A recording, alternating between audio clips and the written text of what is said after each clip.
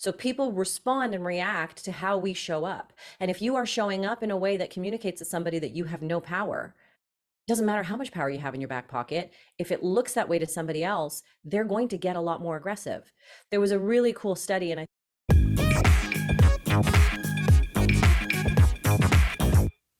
Welcome back to another episode of the Being Yourself Show, where world's renowned thought leaders, best-selling authors share their wisdom and insight to help you achieve your goals and be more productive and a better version of yourself. I'm your host, Ajay Mathur, and my guest today is a globally sought-after speaker, a best-selling author, and a trainer who teaches CEOs and entrepreneurs. She is a negotiation expert who has been featured in many global publications, including Forbes, the Harvard Business Review, CNBC, CNN, and you name it.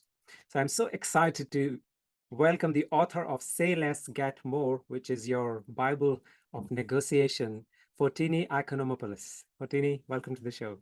thank you for having me, and thank you for pronouncing my name so perfectly. I was actually thinking, will I be able to say it or not? So I kind of, you can say, practiced it. You know, a lot of things in Greece actually end with mopolis, right? Yeah, So yeah. just adding an icon ahead of It's not a bad prefix to have, I'm not gonna lie. it. Right. So first of all, Farini, tell us, what's your story? Why did you become a negotiation expert? Well, I kind of tell people that it happened accidentally. I've been doing it all my life because I grew up in a big fat Greek family where I tended to go against the norms. And if you're going to do that, you better be a really good negotiator to negotiate your way out of the house and into unconventional career paths and out of the family business and all of that kind of stuff. And when I ended up getting my education, I didn't know what I wanted to be when I grew up. So I studied everything from French to science to getting an MBA in organization behavior. So when I left academia, I actually ended up working in consumer goods, selling makeup for L'Oreal and food products for another company. And I was constantly negotiating with one of the biggest retailers in the world on behalf of my organization.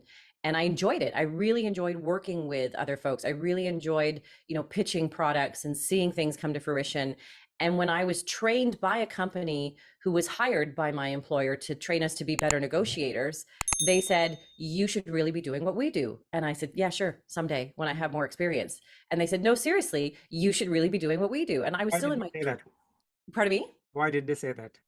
So we did this 4-day program, a week-long training program where I performed very well. So I was the youngest and by far, and I was the only woman in my group of 8, and I was with all of the senior folks in the organization. So here's this new kid on the block negotiating with the VP of supply chain, and I wiped the floor with them, which I was quite thrilled about. So I won the prize at the end of the week. And that's when I was looking at what to do next because I wasn't thrilled with my career. There was some lovely people, but it wasn't satisfying to me. And when he said that, I was like, oh yeah, that's something I could totally do down the road, but what am I going to do until then? And it took them a year to convince me to come on board. And when I did, I started going all over the world and training everybody from, CEOs of large oil and gas companies down to junior account managers for companies like the ones I had just left. And I loved it. I really enjoyed it. And that kind of led to people tapping me on the shoulder and going, can you come speak at our national sales meeting? And then my alma mater came up and said, hey, would you like to teach our MBA negotiations class? And I just kept saying yes to these really cool opportunities because for me, it was just about helping people get what they want. It was helping people find the confidence and the courage to go after what they wanted. And there's nothing more rewarding for me than that. Hmm. So those trainers actually assessed your skills that you are Yeah. already kind of 8 out of 10 or 9 out of 10 or whatever. Is there a tool that you can give to us wherein we can find out how good of a negotiator we are? I actually have a quiz on my website. I just launched it this week. So it's funny that you asked that question. It's not about saying whether or not you're a good or a bad negotiator, because I don't believe there's good or bad negotiators. I believe we can all grow as negotiators. I'm learning new things every day. I'd like to say that I'm pretty effective at what I do, but I think there's always room for opportunities for improvement. And that comes in the form of self-awareness. So if you go to my website, fotiniicon.com/quiz, what you'll find is a new opportunity to learn a little bit more about yourself and find out what style of negotiator are you. So you could be accommodating, you could be collaborating, you could be competitive, you could be avoiding, or you could be compromising. And there's a time and place for every single one of those. And so the purpose of the quiz is to tell you which one do you favor most and what are the pros and what are the cons of each of those. And maybe it's to open up your eyes and go, well, maybe there's opportunities for me to try something different in a different type of scenario as well. So I would say reading and practicing are one of the or two of the greatest tools that you can use to become more self-aware and figure out what am I doing that's helping me and what am I doing that's hurting me. Practice truly does make, I don't want to say perfect because I don't think anybody's ever perfect, but practice does make better. Practice makes permanent. That is very true. Yeah. So, we all do negotiation where we go to buy something in a high street shop, which is like things are very negotiable versus we are buying a house or car or whatever. And a lot of people, and I'm glad that you mentioned a different type of ways to do negotiation, like collaboration and competitive and so on. What many people do is they are one kind of negotiator, and then they use the same style everywhere, Mm-hmm. right? So I'm assuming the styles that you've just mentioned, they are relevant to different places. So could you give us a little bit more context to when one should be a collaborative negotiator versus when he should be competitive or any other type? Yeah. So um, I naturally prefer a collaborative process. So that is when things are much more creative and complex, and there's long term consequences, and there's trust and relationships at stake.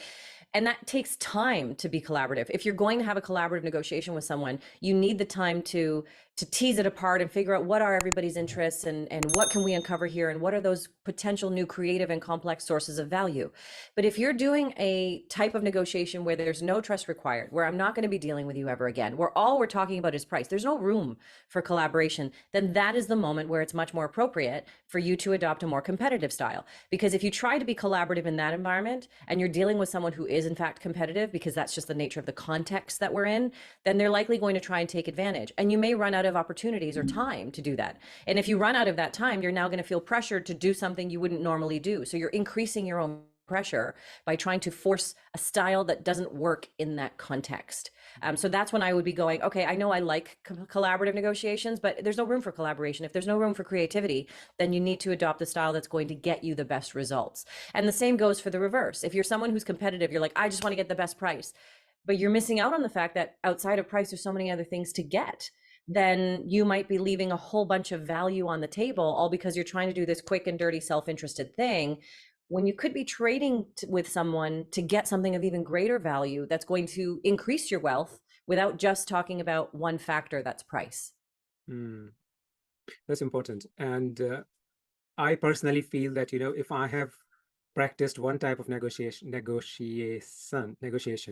then I try to apply the same everywhere. And the thing that you just mentioned, that, you never know how much of the thing that you're leaving on the table when you're behind, only one one kind of thoughts that you always had.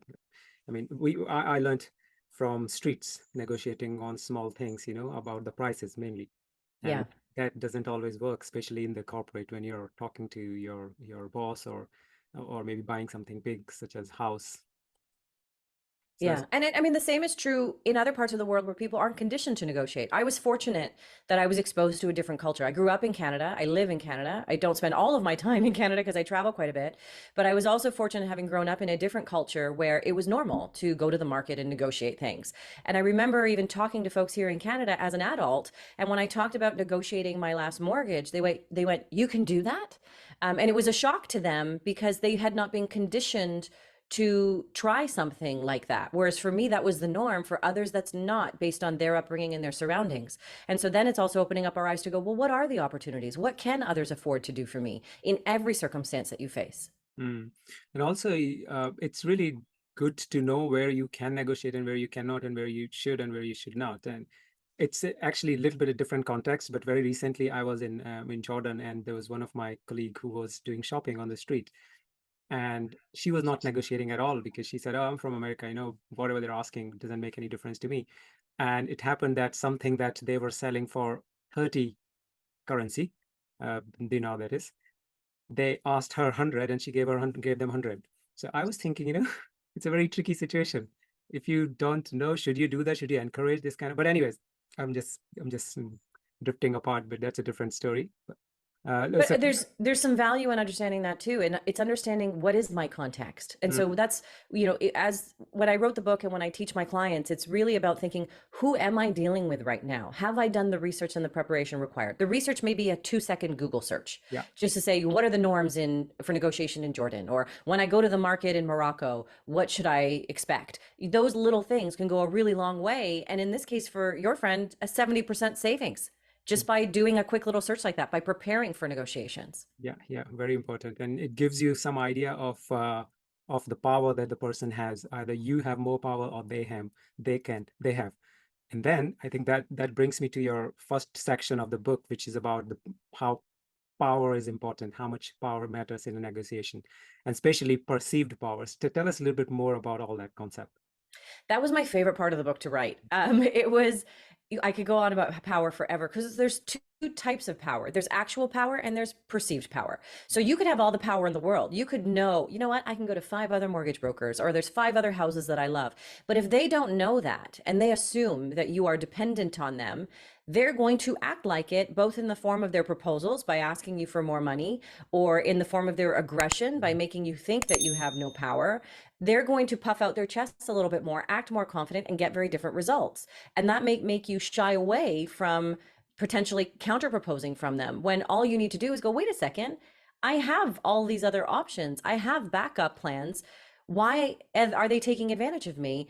But then you got to go, well, I didn't communicate to them that I am as confident as I should be. I didn't communicate to them that I do have other options. And that's why they're not backing off of that ridiculous proposal that they're asking me for. The second you go in there with just the semblance of power, with just that perception of, oh, wow, this is a credible adversary. This is someone I don't want to mess with. This is someone I can't pull the wool over their eyes quite so easily. People will change their behavior towards you. So people respond and react to how we show up. And if you are showing up in a way that communicates to somebody that you have no power, it doesn't matter how much power you have in your back pocket. If it looks that way to somebody else, they're going to get a lot more aggressive. There was a really cool study, and I think I've cited it in the book, where they did a study where they had people watch the movie Psycho, and then they had a neutral group who hadn't watched the movie.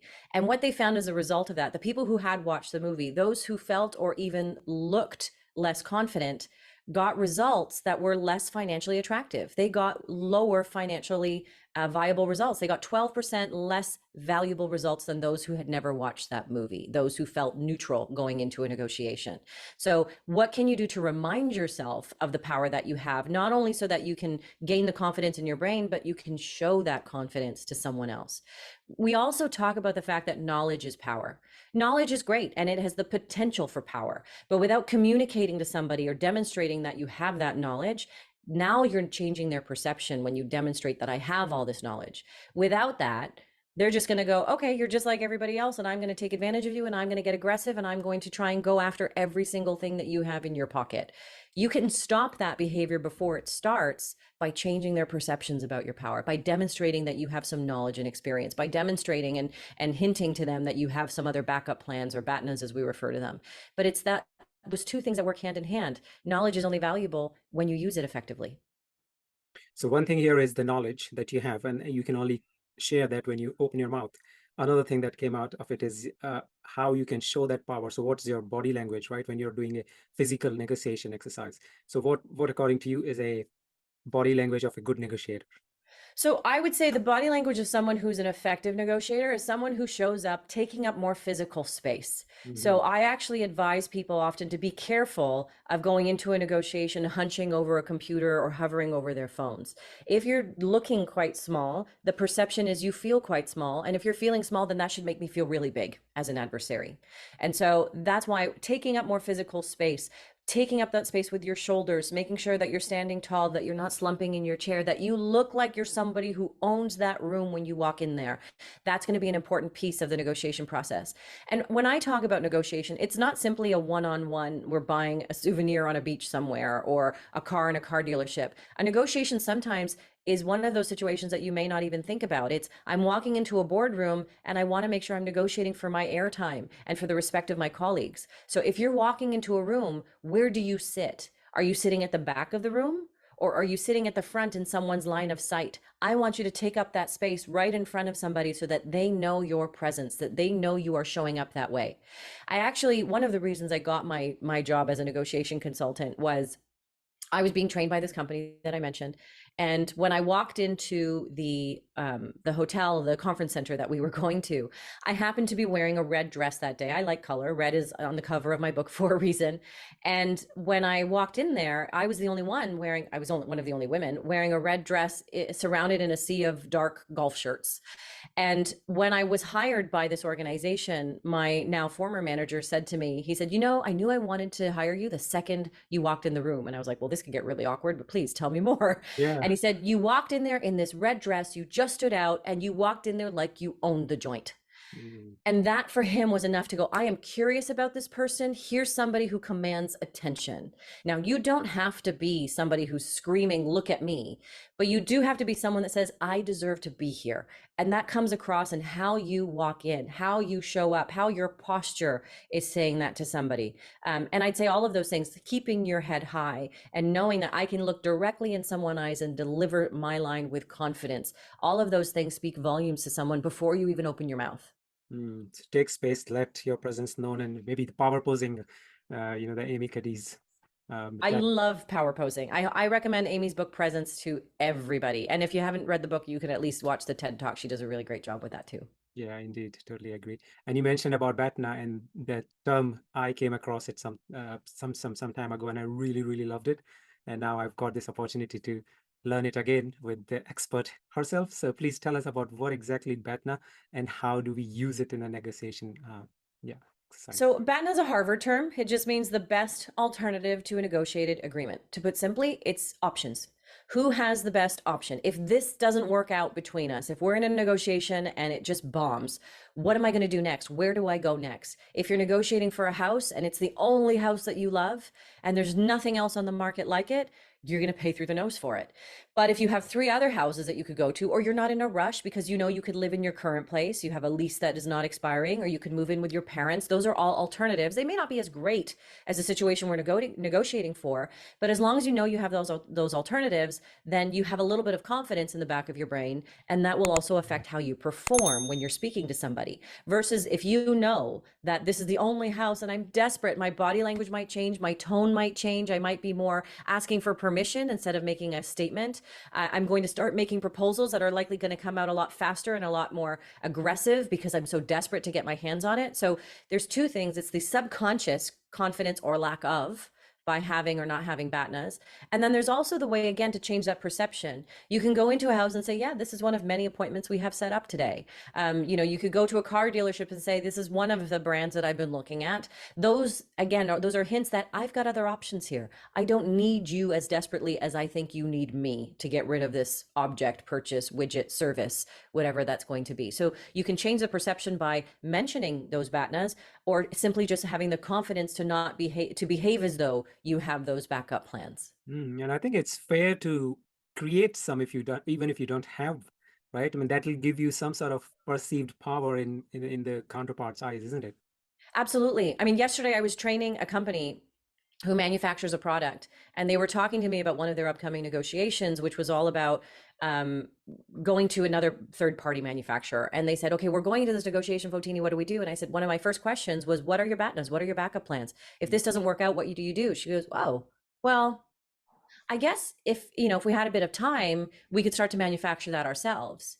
Or I guess there are other people that we can qualify. We should probably start those meetings now and start interviewing other potential suppliers to make sure that this works. So when they first started talking to me about this deal, they went, we desperately need this to happen. It's so important to us. But as soon as I asked that question, they went, oh, there's some things that we could do. We could start exploring this and we could start exploring that. They'd take time, but this doesn't have to happen immediately. We could postpone this negotiation until we build up those other potential opportunities. And now all of a sudden they had way more power and they had tons more confidence going into that next negotiation. And it is so much psychological, right? And even if they're not going to do it themselves, but just to know that they have an option, right? Yeah. So nothing works out, and that gives them kind of a power pose. The Yeah. attitude changes when you know your BATNA. I personally find this tool very effective, very, very effective. And you mentioned there are a few things you mentioned, how you're increasing your price, and I'll come to that because I noted that down from your book, when you're doing the negotiation. But before I go to that place, let's talk about one more tool that you mentioned, which is the zone of potential agreement. Is that the one? Yep. Right. The reason that I'm calling them out is they give you a workable tools. Like you can set few things. Let's say, for example, somebody's asking for a house 600,000. Now you have to do a negotiation on that. There will be people, how do we start? Yeah. Right. So let's go into ZOPA. Take an example of 600,000 is the asking price, and I want to buy it in 450, and the seller can sell it to, let's say, 500 or something. So how do we go about it? Use Okay. this tool. So what you want to do is you want to determine this zone of possible agreement. So where can a deal be made? You know what we call your resistance point or your break point. At what point does it not make sense for me to even do this deal anymore? How much am I willing to spend before I resist doing the deal and I just walk away? So let's say the most you can spend is 600,000, and you go anything beyond that, I would rather go live somewhere else. I'd rather wait around for the next house to come. I'd rather live with my parents, whatever your situation is. That's when you go to your BATNAs after that number. Then you have to think about, well, what do I think their resistance point is? What is their worst case scenario? So this is where most people get really confused. The resistance point is the worst case. It's not the best case. It's not, oh, they'd like to have this. No, no, no. We're not talking about what they'd like to have. If they had to, if they were in dire straits, if they were desperate, how low would they be willing to go for you before they go, no, no, that doesn't make sense anymore. I need to walk away from you. And so maybe that number, and there's no science to this per se, in terms of there's no formula to follow, but you could do some research to help guide your gut instincts on them. So maybe you're going to do some research around, well, what have other houses sold for in that neighborhood? What does the precedence look like? Maybe you know something about the fact that they need to move for a job and sell this house quick. Well, that would reduce their agreement price significantly if they're desperate. What are those worst case scenarios? And so once you have all of that, then you kind of hone in on what is your gut instinct telling you? If I were in their shoes, how low would I be willing to go before it just doesn't make sense anymore? And that now is your zone of agreement. Now you're not going to even focus on your resistance point anymore, because the point that we focus on, that's the direction we head. Just like when you're driving, if you start looking in a certain direction, your car is going to start drifting that way. So the point we want to focus on is the bottom of that ZOPA, their potential break point, their resistance point. So you make your moves based on the fact that you think they could let it go for 400. So you might open extreme and start at 375, and then you'll say, okay, fine, I'll offer you 387, and then you say, okay, I'll offer you 394, and then finally you make another move that says, fine, you got me, I'll offer 400. And because they are seeing that the money is running out, they feel more desperate to come and meet you at that point, which is still acceptable to them. Remember, you're not asking them to go bankrupt. You're not asking them to do something that they wouldn't do. You're asking them for something within the zone of possible agreement. It is possible for a reason, but we're aiming to maximize that potential zone. And when you are moving your prices, and that was something really interesting I learned from your book, is let's say you started your bid from 475 and 375 and you want to achieve 400, your first increment would be bigger and the second would be smaller and smaller and smaller and smaller. What is Yeah. the psychology behind that? Tell us more about it.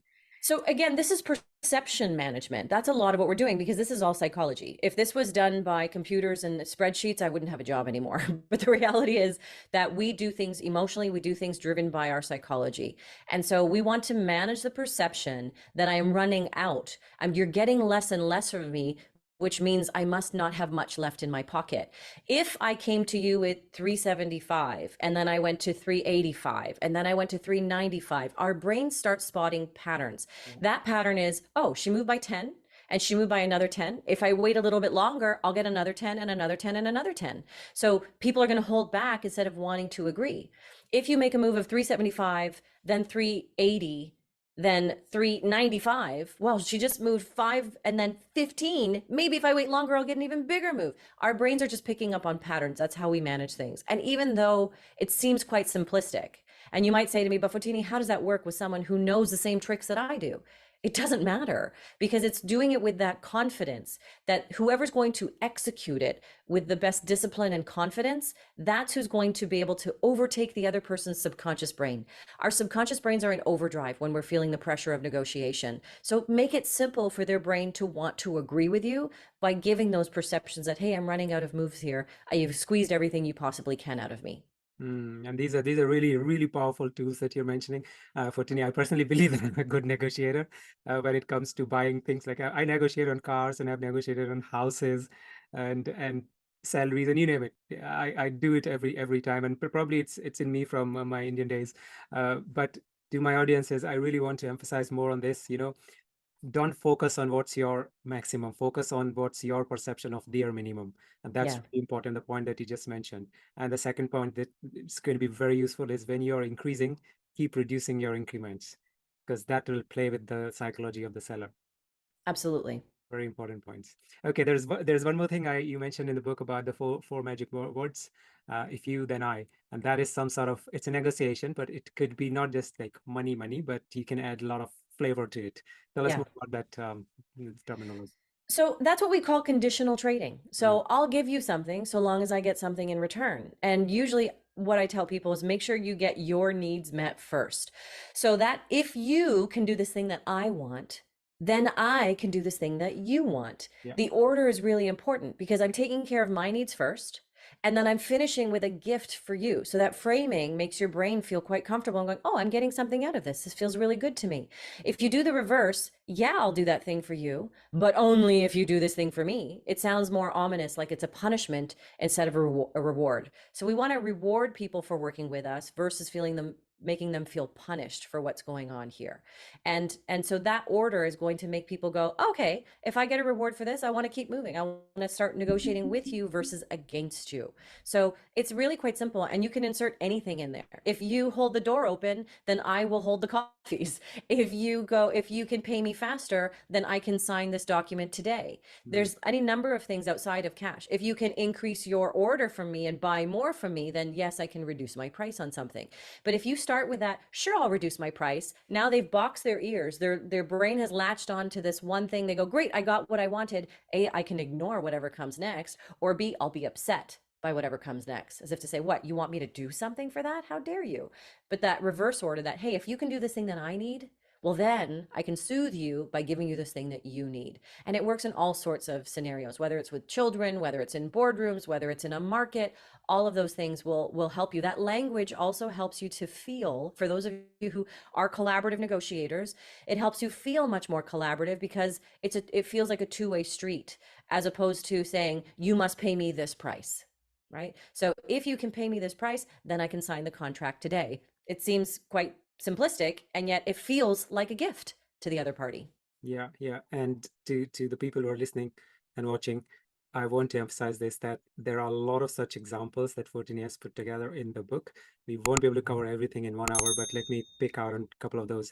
So one thing is when we are talking about a deal with somebody, the use of words and the one that you just mentioned, and one thing that you mentioned in the book, when you ask a why question, people don't always take it positively, right? Mm-hmm. But one thing is, tell us more about that. Why should not you should not use why questions? And another one is, how can you use pausing to increase your perceived power when you're negotiating? So, why is a double edged sword when it comes to negotiation in general? Why and understanding people's motivations is such an important piece of the negotiation process. And there's a million and some really great books with the subject of why, the five whys, start with why, all of these things, because we know it's so important to understand someone's motivation. Mm, However, studies show us that when you ask someone why, they can get really defensive. If you don't believe me, try it with your partner at home. Say, why did you unload the dishwasher like that? And they go, why are you attacking me? That's how people feel when you're questioning their motives. yeah, But we still need to understand those motives. And so, one of the easiest ways to do that is just to reframe your question slightly and just adjust those first couple of words. Instead of why did you do that? It's what caused you to do that? Or what drew you to that conclusion? Or how did you come to that conclusion? By being curious and attaching just some slightly different language, you can get a much better result from people and they won't feel nearly as attacked. And that's one of the ways that we're working on this psychology. We're working on comforting people's subconscious brain instead of making them feel defensive. And that's what's going to get them to want to open up to you.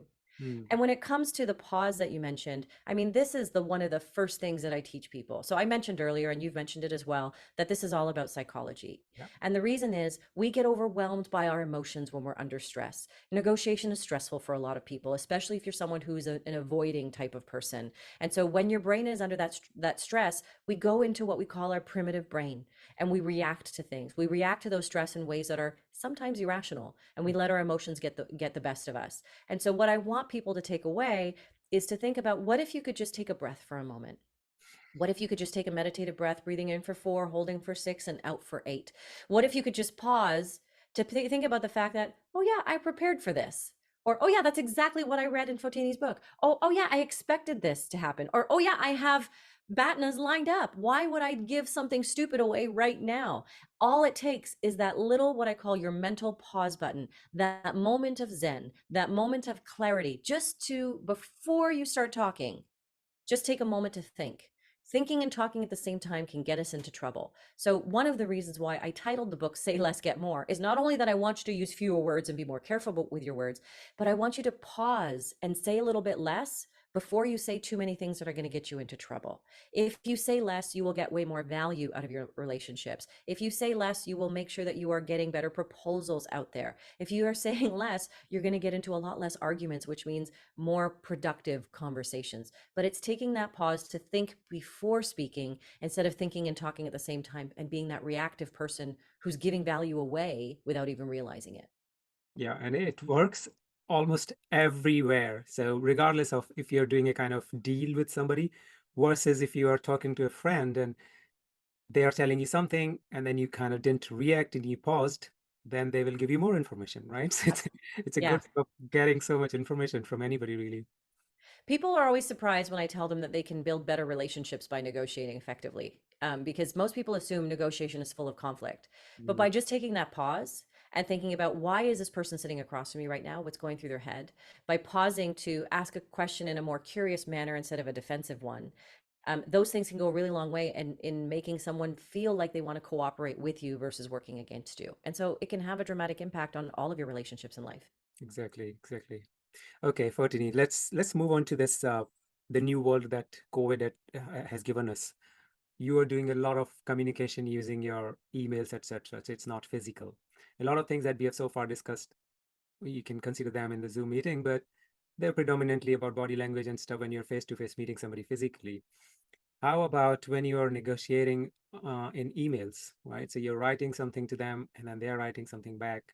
Do these concepts work exactly the same, or what is the difference there when you're dealing on a kind of media rather than face-to-face? The danger of doing negotiations over email, any kind of communication over email, is there's so much room to be misinterpreted. It's the reason why we have 1,000,001 emojis and emoticons now. We use those because, or acronyms, like you might say something and write just JK at the end for just kidding. And they go, oh, that was a joke. Like it's so easy to be misinterpreted because I can't hear the tone of your voice. I may not know if you're being sarcastic. I can't see the smile on your face and see how genuine you are and so on. So that's a dangerous piece for me. So that pause moment becomes even more important when you're doing something over email, because you can't take it back once you hit send. And or even if you can, they've probably already seen it. It's there in the universe, it's there, and they can visually see it in writing, and Mm. that can get really dangerous for you. I actually did a session from Microsoft years ago, and I asked them, can you please just put a pause button over the send button? Can you say, are you sure you want to do this before you hit send? Because if you were to take just that extra few seconds and check your language, does this come across as accusatory or offensive or sarcastic or any of those things? Or have I said some words that make me look less confident? One of the biggest culprits I see are opening an email with words like, I just wanted to check in. I just wanted to do this. I just wanted to see. You do not have to justify your place in someone's inbox. And Mm. so if you eliminate that word just, Then all of a sudden it's, I wanted to see what you're up to. I wanted to see how you felt about this thing. I'm checking in because I needed to follow up on this thing. So now all of a sudden I look much more confident, like I deserve to be there, whether it's in someone's physical presence or presence in their inbox. Both of those things can be true at the same time. So being really careful about saying less in those words and making sure that you're crystal clear, pressing that pause button before you hit send is going to be imperative because it's so difficult to make sure that you're interpreted correctly. The other reason is it's very hard to build relationships over text message. It's very hard to come across as genuine. It's hard to build trust in those scenarios. So if the stakes are high, then that can get really dangerous for you. So I prefer to people to say, hey, would love to talk to you. When's a good time for us to have a conversation, whether it's phone or Zoom or any of those things. So you can start the conversation over email or text message and so on. But if you're trying to build trust with someone, if the stakes are high in this negotiation, have that conversation so that they can hear the sincerity in your voice, so they can hear the concern, so they can see the look of confidence on your face. If you have completed a negotiation, well, then it may be fruitful to summarize it over email, to get it in writing, to say, hey, thanks for that great meeting today. Here's what we discussed, anything that I've missed, and then get their stamp on it by getting a reply. But keep it short and succinct instead of filling it with all of those extra words and that soft language. The temptation these days, and it has been even pre-COVID, to do everything over text because we always have something in our hands. But if you are moving from place to place, if you are not giving it your full and undivided attention, if you're doing something on your phone, it probably means that you're not as focused as you would be when you're on your computer. And if you're not as focused, that means you're likely to make a lot of mistakes and do those kind of justs or send to the wrong person, or I forgot to copy this person, or maybe I forgot to sign off, or maybe I made an autocorrect spelling mistake or something to that effect. There's just so much more room for error when we're doing things over text or email. So we truly need to pause even more there. Totally agree. And we are so fortunate that all the email tools have that feature now. Do you even Google, when you send something, you can actually call it back within 30 seconds or something like that. And although this episode is not sponsored by Grammarly, but Grammarly has a very smart way to deal with this situation. Is when you written your email, Grammarly will tell you, if you have a kind of paid version of it, it will tell you what is the tone of your message. It will tell you, is it aggressive or it is kind, it is generous. It'll give you the word, and then it'll give you suggestions, what kind of words that you just said, I just want to do this. It'll probably highlight, if the AI engine is smart enough, that, change these words to something else. So Wow, I've never heard that before. I'm going to have to check that out. yeah, do check it. I recently came across this, I think last year. Grammarly does it really well. They're really good. And there are some AI-based tools that are currently available. There's QuickBot, QuickBot or Quillbot, something like that. What it does, it rephrases your statements. So whatever you've written, you want to see, if I write it in a different way, how would it sound? And then it create like 2-3 versions of whatever is your sentences. Then you can choose one, whichever you like. And that tool is amazing. There's a Chrome, what do you call it, plugin? Okay. Yeah, which you can, maybe I can put the link, maybe people might be getting a little bit excited about these tools. And I really, really found them very productive and very useful. That's pretty cool. I mean, I will do the caveat that these tools are created by somebody. Yeah. So they're only as good as the inputs that we put into them. So I suspect something like Grammarly, because it is a pretty reputable organization, they've done a ton of that work. I was recently introduced to a company who says, oh, we can spot how people are lying using AI. And they look at all of these, these things across the face and so on. But there's been so many studies on lies that say not all of these things are actually true or accurate. So it's only as good as what we put into it. Something like that I wouldn't trust nearly as much as I would something like Grammarly, which probably has context from all over the world and lots of dictionaries and examples to pull from. Yeah, and you never know, whoever has created, as you mentioned, you don't know where do they come from, what is their cultural background. There might be something that is kind of good thing to say in their language versus something rude in some other languages, right? Yeah. I'll share an example. When I was working in India, and if I write an email and I'm saying, can you do this for me, the person will just do it and wouldn't question it. When I came to United Kingdom and I wrote exactly the same tone as I had always been, can you do this for me? And the person said, can you be a little bit more gentle? I was like, really? What's wrong did I do here? And then I really had to struggle to find out the right words. So yeah, always, whenever in England, write, could you please, before whatever you want from them. Well, I mean, you bring up the point that I talked about at the very beginning of this. It's understanding who am I dealing with, Yeah. right? What are the social norms? What is their perception of what is coming out of my mouth? So there's no black and white when it comes to negotiation generally. It's a lot of gray because it all depends on the individual that you're dealing with. They may have a different temperament, they may have a different cultural background, they may have a different knowledge of the language that you're negotiating in. So we have to keep all of those things in mind. It's the individual and their psychology that we're focusing on instead of some hard and fast rules. For any one thing, when you're dealing with the kids are born negotiators. Like kids are amazing. They surprise me so much. They're born public speakers. They're born negotiators. They have so many skills. And then when we grow up, we kind of lose all that. Why do we do that? Why do we lose it? Really? I mean, you talk to I have a 5-year-old, and if he wants an ice cream, chances are that 99% of time he will get it from me.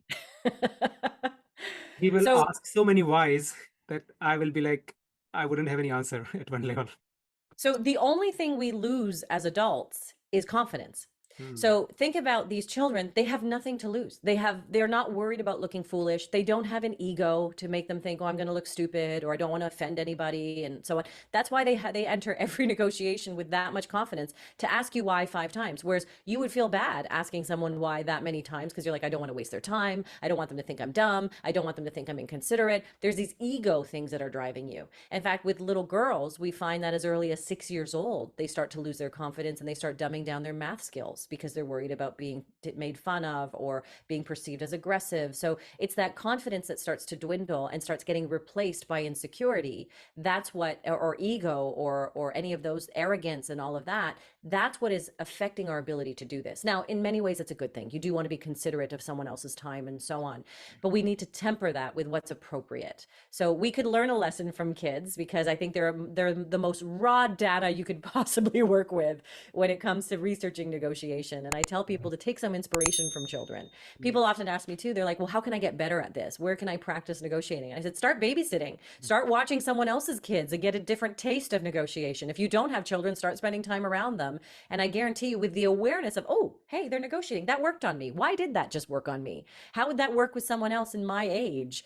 Those are the things that we can start to learn from them because they're just going, "What's the worst that could happen?" They're not worried about looking foolish. Will I get sent to my room and have to play with my iPad? Big deal. There's so fewer consequences for them. And so I would challenge adults to think, what are the true consequences? Is that a consequence that you're simply worried about for no reason, or is it a legitimate consequence to be concerned about?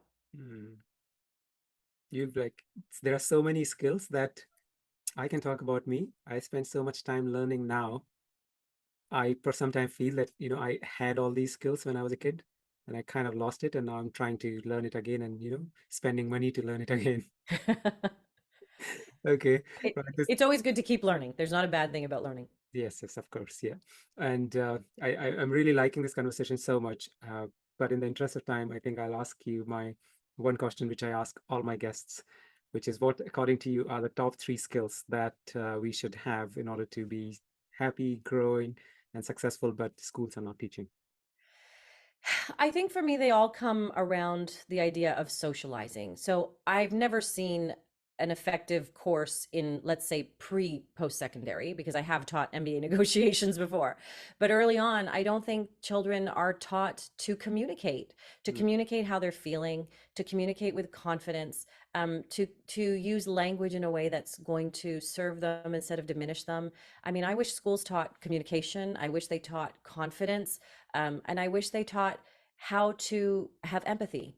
I do think those are 3 skills that can be extremely effective when it comes to negotiation. And when I meet people in my adult world, a lot of the folks that I meet have some catching up to do. And that's not a bad thing because it means they're aware of that fact. But had they learned that stuff earlier, I think the world would be a better place. And I think it would be an easier place for a lot of folks. Thank you for sharing that communication, confidence, and empathy. And guess what? I mean, I've asked this question to over 65 to 70 people, and a lot of answers are common. I'm going to create a kind of grid to find, I'd what love to see the that. most common answer is. Yeah, I definitely love to see that. Definitely will share it with you. Okay, great. So, Fotini, you've written a book. You are a kind of expert in negotiation. What next for you? That's a great question. I mean, I never thought I'd be in this position in the first place.